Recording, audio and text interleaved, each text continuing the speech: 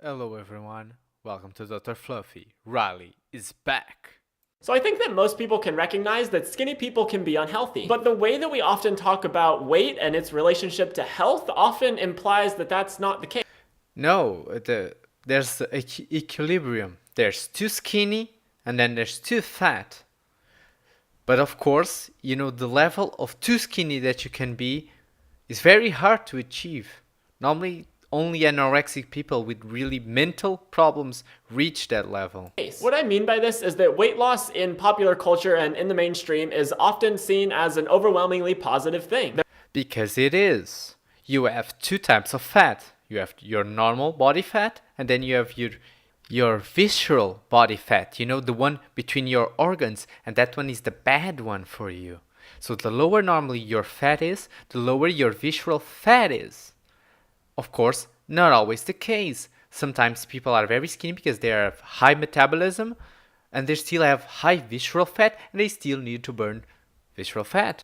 But of course, after a while, if you don't have fat and you don't have muscle, if you're just bones and skin, that's unhealthy. But if you don't have fat but have a lot of muscle, yeah, that's kind of healthy. There are always articles about how to lose weight. People compliment each other when they lose weight. A lot of people think it's a compliment when you haven't seen someone in a long time and you say, "Oh wow, you look great. Have you lost weight?" Again, because it is. If the person was too skinny, nobody would say, "Hey, you look great."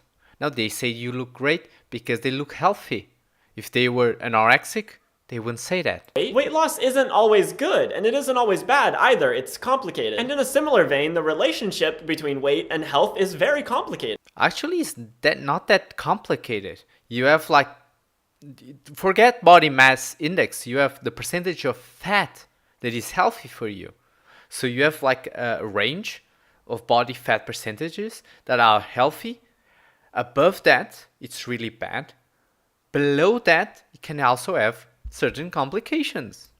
But most of the time, it's not about going too low in body fat. It's not having body fat and also not having muscle, meaning anorexic people. But a lot of the time, people act like they're directly related, like the lower your weight gets, the better your health gets. But that's just not true. There are unhealthy skinny people, there are healthy fat people. Again, there's a range, and normally the fatter you get, the more risk you have of cardiovascular diseases and other illness like asthma, high blood pressure, diabetes, cancer, osteoporosis, and other things. And I'm firmly of the belief that nobody owes you information about their health. Like, you don't get to go up to strangers and demand that they be healthier. That's none of your business. But I still want to break down some of the myths about health and weight. I just also want to recognize that nobody owes you that information about their health, and you shouldn't be making snap judgments about strangers' health anyway.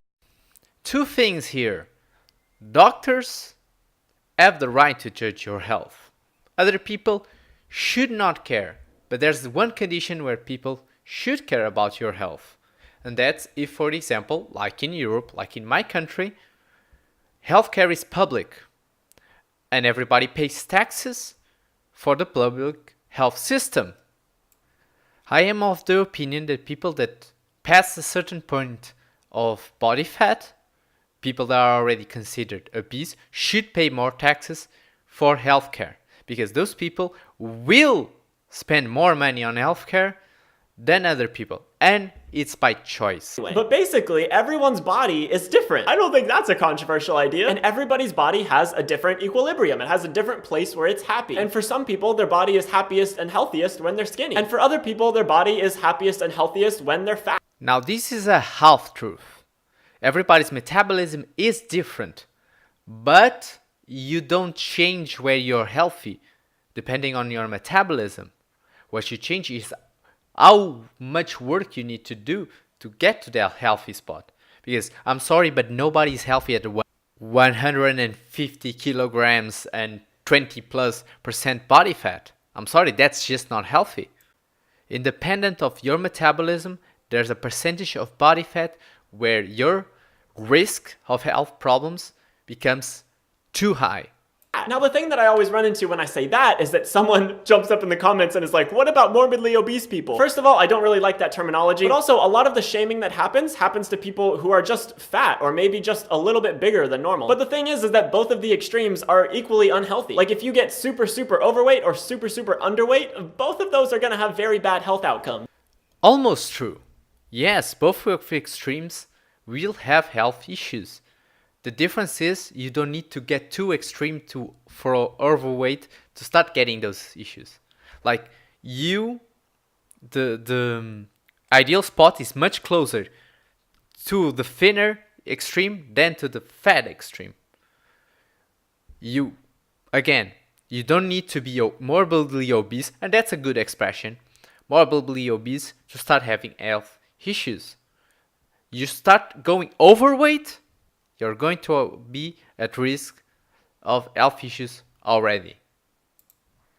And yet, in our culture, we still continue to universally praise weight loss and universally hate on weight gain. So you know about the BMI, the body mass index. We've known that it's a pretty bad indicator of health for a long time now. I'll link to an article down below about that, but I don't think it's a very controversial thing at this point to say that BMI is not a good indicator of health. Yes, BMI is a terrible indicator of health. Try instead body fat percentage. Much better.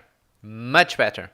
Especially because you can have healthy weight gain in muscle, never in fat. You increase your weight in muscle, you increase your physical ability, your lungs, because it means you're exercising, you increase everything, your cardiovascular activity. Increasing in body muscle is the way to go. If you increase in fat, everything else you'll decrease. Health. Like for me personally, I have a very low BMI, and it's been very low for my entire life, whether I was healthy or unhealthy. There have been times when I was very unhealthy, when I was eating junk food and not exercising, and I was still skinny. Everybody's body works differently, and your metabolism, your hormones, there's so many different factors that play into what your BMI is. So for me, my body tends to stay at the same weight, whether I'm not exercising and eating bad, or if I'm exercising a ton and eating as well as I can. And I've done a video on this before, but there's a lot of evidence that the biggest factor in your weight is actually just your metabolism and how your body functions, and that exercise affects a very small portion of your overall. A lot of things to unpack, and no, that's not true. Exercise plays a big role, but nutrition needs to complement exercise. So you could be exercising a lot, but you don't have the right nutrition, you're going nowhere. And yes, we have different metabolisms. Again, people need to work differently to achieve their goals, but fat loss and weight gain is all about math. It's the calories that you intake with the calories that you spend. And which calories do you intake? Because not all calories are the same. During a lot of years, I lived exactly what you described. My weight was always the same regardless of what I ate. Then, when I became a little bit older, suddenly I increased my weight. After I broke up with my ex-girlfriend, I lost 24 kilograms in 3 months. And then I started gaining weight in the gym, in muscle. And right now, I think I'm really nice. I'm really happy with my gains. Probably going to do a cutting season to 5% of body fat soon. Wait, like yes, sometimes exercise can lead to weight loss or weight gain depending on if you're losing fat or gaining muscle. But in the overall like percentages of how your body is gaining or losing weight, exercise is a very small portion. So like maybe you can affect it, but you're affecting a very small portion of it. No, that's actually a lie. You have like exercise programs where you very quickly can gain to 5 to 10 kilograms of body mass, like muscle, in 3 months or less. So that's completely bullshit. That's like the type of excuse people use when they fail to achieve a goal. Again, exercise needs to be complemented with the right nutrition. It's like a car that you want to make the car run, but if you don't put gas in the car will not run. That's as simple. And if you put the wrong gas in the car will break down. So for some people, losing weight is going to be a lot easier than for other people, just because their body responds differently to food and to exercise and metabolism. And just like there can be skinny, unhealthy people, there can be healthy, fat people. First part is true. Some people have to work harder to lose and gain weight than others because they have different metabolisms, but it still works the same way. But then you make a completely terrible jump because it's not the same thing. The people that can be unhealthy and skinny is like, if it is health in regards to weight, it has to be extreme, while the other side, fat people, don't need to be extreme to be unhealthy. After a certain threshold of body fat, you start having health issues. Some people's healthy BMI is just higher than others. People are diverse and their bodies are diverse, and there's not going to be one single BMI that's the healthiest for everybody. Lots of people are healthy at a higher weight. I've known people who exercised way more than me, ate way healthier than me, and they still had a higher BMI than me. They still weighed more than me. Didn't you say not to use BMI? Didn't you just say that before? So let's use body fat percentage. And please, let's talk about health in regards to weight, because some people can have bad luck and have health issues that have nothing to do with their weight.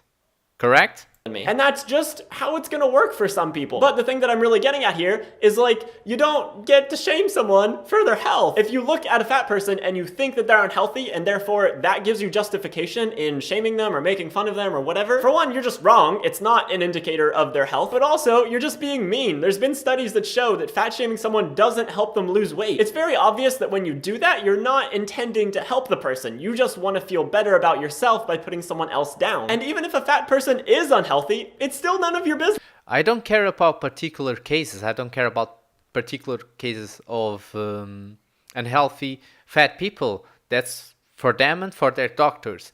But I do care about the body positivity movement, because that creates more fat and healthy people, because it makes them think that they are okay with their weight when they shouldn't be okay with their weight when they're overweight or obese. People just don't make fun of skinny people in public the way they do fat people, even if those skinny people are unhealthy. Like, I was never mocked for my weight when I wasn't eating well and not exercising. Meanwhile, people would make fun of people who weighed much more than me but were much healthier than me. And it's just frustrating because you don't need to do that. So just stop it. Stop having fake concern for other people's health and stop making fun of people because they're fat. Well, you do understand that sometimes they are not making fun of people because they're fat in terms of health, but more in terms of looks, because fat people are not really that attractive. I don't agree with people making fun of people, but I understand why they do it. Some people are just hassles, and that has nothing to do with the health conversation.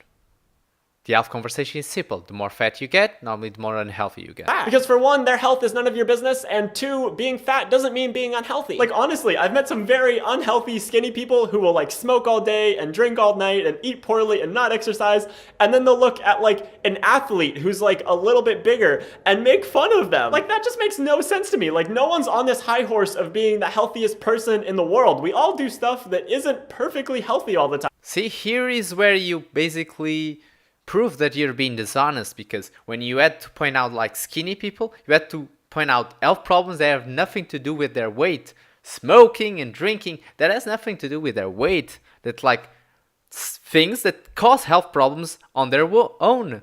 They're not unhealthy because they're skinny. They're unhealthy because of those things.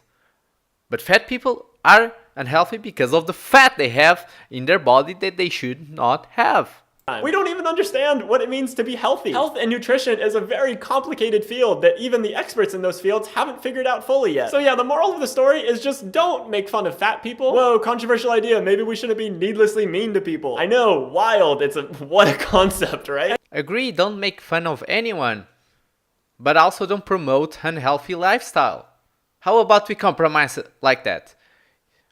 Everybody else doesn't make fun of fat people, and you don't promote misinformation and unhealthy lifestyles. Everybody wins. And we continue to promote health and fitness and things like that. We just don't make fun of fat people, but we still consider them unhealthy. Everything okay with that? Thank you for watching.